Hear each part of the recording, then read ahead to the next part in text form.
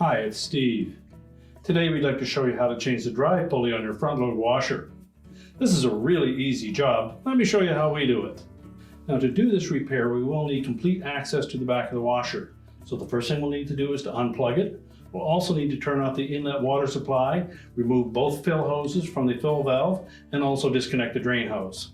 Once we've done that, we'll need to pull the washer far enough forward that we can get completely behind it. Now that we have access to the back of the washer, our next step is to remove this back panel. There are typically about 13 screws that hold that panel to the cabinet. We need to make sure that we also take those 3 out across the top.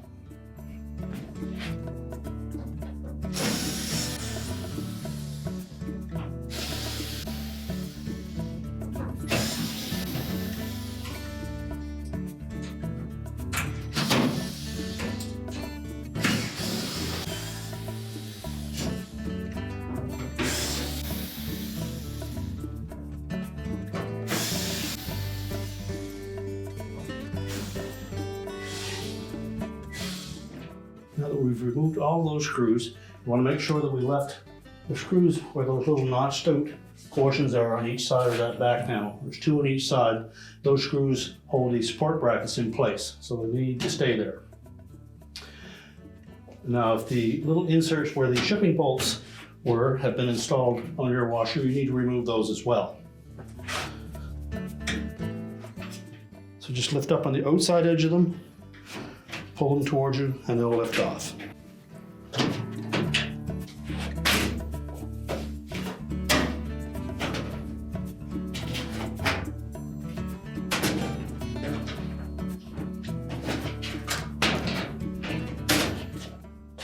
Now with those inserts removed, we can then just lift out on the bottom of that back panel, carefully lower it down, and now we can set that aside. The belt is still intact on your washer. You'll need to rotate that off of that large pulley. Simply grasp the belt while pulling it towards the back. Rotate that drum until the belt drops off. Well, next we need to remove the retaining bolt. So next we'll take a spanner wrench. These are typically either 24 mil or 15/16 nut. You may want a hammer just to give that wrench a tap to break the nut free. You use caution when working around that pulley. Sometimes you'll find some sharp edges on that.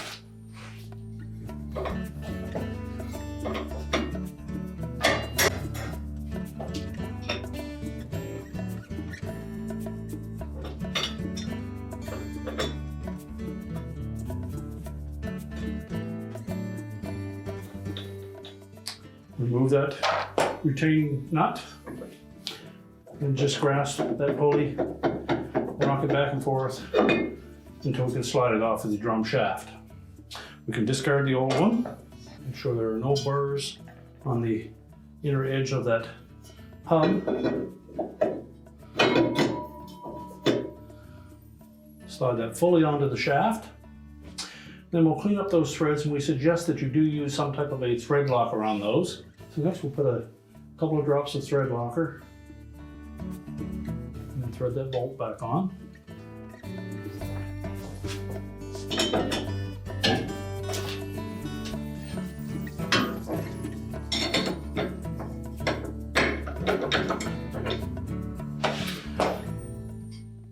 Now they recommend somewhere in the order of 50 to 55 foot-pounds of torque on that bolt. So if you do have a torque wrench, you may want to use that. If not, just make sure that it's really good and tight.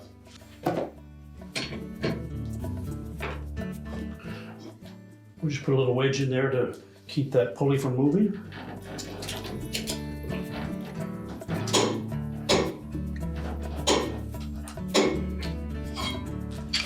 Once we have that nice and secure, we can then reinstall the belt. We'll begin by draping the belt around the motor pulley and try to center it in those grooves on the motor pulley. Keep some tension on that belt and wrap it around the large pulley.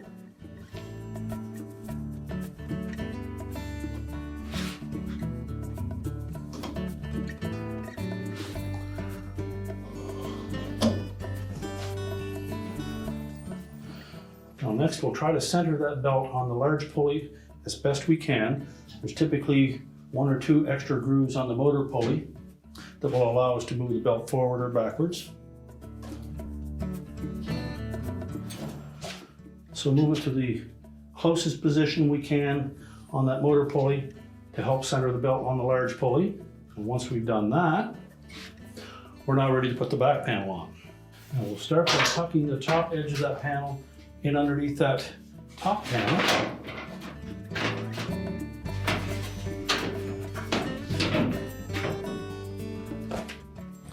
And we'll begin by just putting a single screw in the top, just loosely to hold it in place. Next, we'll line up this center bottom one.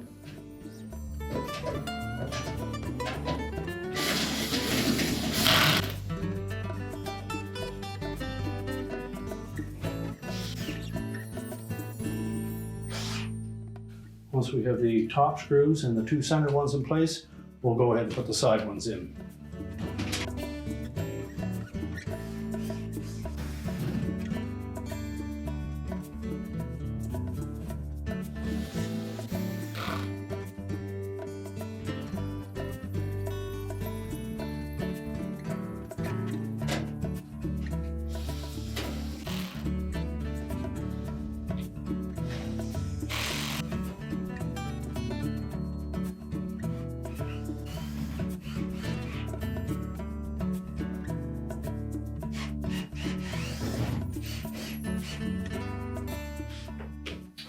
Once we have all of those screws secure, we can then put those caps back over the shipping bolt openings.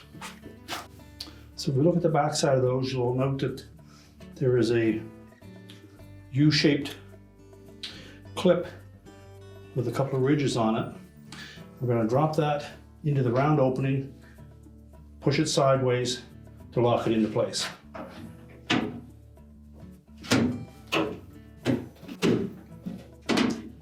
Now we can push the washer back into position. We're now ready to reconnect our fill hoses, our drain hose, reconnect the power, and our repair is complete.